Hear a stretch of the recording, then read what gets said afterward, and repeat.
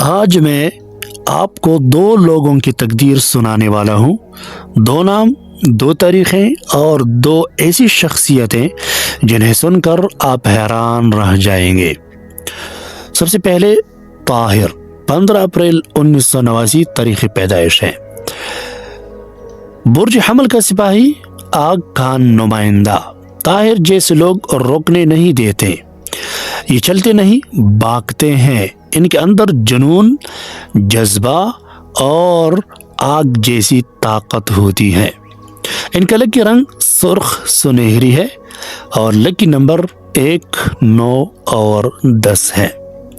ان کا دل تیز، سوچ تیز اور فیصلے آندھی کی طرح ہوتے ہیں. مگر یاد رکھو، آگ روشنی بھی دیتی ہے اور جلا بھی سکتی ہے. طاہر کی کمزوری غصہ، جلد بازی، زد، لیکن یہی انہیں کامیابی کی چوٹی تک لے جاتے ہیں. ان کا صدقہ یہ ہے کہ منگل کے دن سرخ چیزیں دے دیا کریں یا گوشت کا صدقہ، یہ ان کے راستے روشن کر دیتا ہے. نمبر 2، عبداللہ، 2 اپریل 2003 اس کی پیدائش ہے. یہ بھی برج حمل کا بیٹا ہے، لیکن طاہر سے مختلف، الگ مزاج کا. عبداللہ نرم دل ضرور ہے لیکن اندر سے فولاد ہے. اس کی سوچ خاموش لیکن اس کا ارادہ پہاڑ جیسا سخت ہے. اس کی لکیر رنگ سرخ اور سفید ہے.